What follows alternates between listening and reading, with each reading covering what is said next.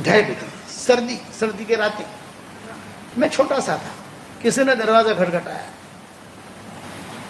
अम्मी ने कहा अब्बा तो तुम्हारे बहुत गहरे सोए हैं, तुम जाओ देखो कौन है।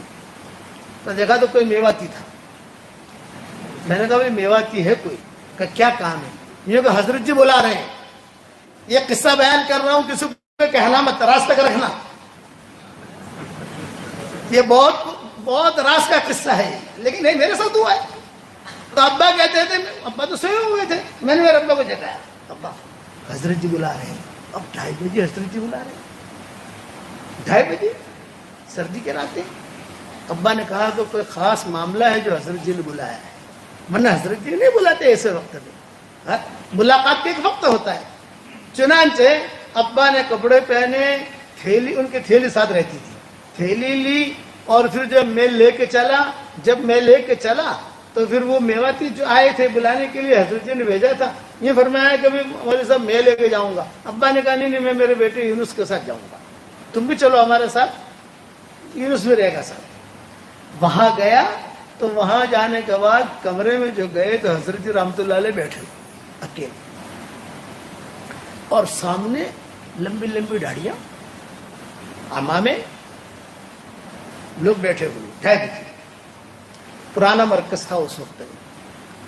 तो अब्बा तो सलाम करके बैठ गए, साथ में मैं भी बच्चा था, तो ये चीज हमें क्या पता चले कि क्या चीज है, मैं भी चला गया। हजरत पहचानते थे मौलाना का बेटा है ये। तो हजरत जी ने पान खाते हुए कहा भाई मौलवी उमर, ये जिन्नात आए हैं और ये अफगानिस्तान से आए हैं और ये कहते हैं कि हमें कुछ दावत की बात समझा दो, कुछ बता दो।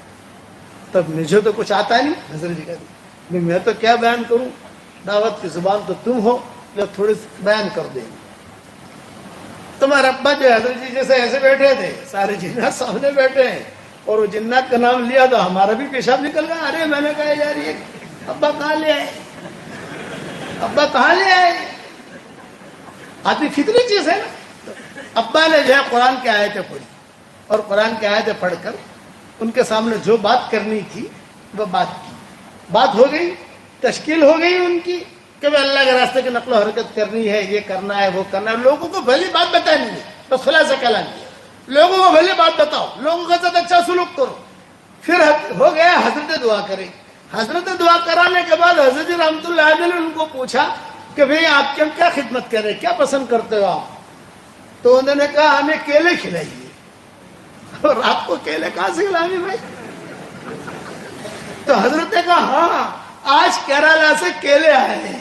केरला के केले होते हैं छोटे छोटे, तो केरला से हाजी अब्दुल सत्तार ने केले भेजे, हाजी अब्दुल सत्तार सेठ उन्होंने केले भेजे। हाँ वो उस वक्त में खिड़के होते थे मशवरे के कमरे में ही, वो खटखट की हजरत जी ने, अंदर से आपाओं ने पूछा क्या भेजे, ये कहा आज केले आए हैं, वो कर्तन के कर्तन वो भेजो।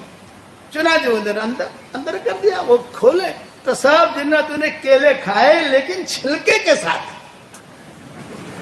छिलके उतार कर नहीं, छिलको। हाँ, जब रात जाने तो मेरे अब्बा ने वालिद साहब ने कहा कि हजरत आप जो है इनसे इतना कह दें कि भाई सिर्फ हमारा काम यह है लोगों को भली बातें बताना, बुरी बातों से रोकना, लेकिन अखलाक ये बहुत ऊंचे हैं। तो हजरत ने फरमाया 3 नसीहतें हमारी याद रखना। एक तो है कि किसी से लड़ना भिड़ना नहीं है, हमारी शरीयत में ये नहीं है।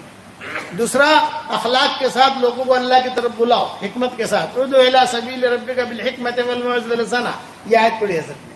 और चौथा कि कहीं पर भी कोई तुम्हें मिले जिसका तुम नफा पहुंचा सकते हो, किसी एतबार से नफा पहुंचाओ, नुकसान मत पहुंचाओ। बैत के हम मेरे हाथ पर बैत, ये किस्सा हुआ, ये चूंकि मेरे सामने किस्सा हुआ है। आमतौर से ऐसी बातें घरेलू हम तो क्या नहीं करते, इस किस्से को बहुत किस्से। तो तमीम दारी के साथ भी ऐसा ही किस्सा हुआ।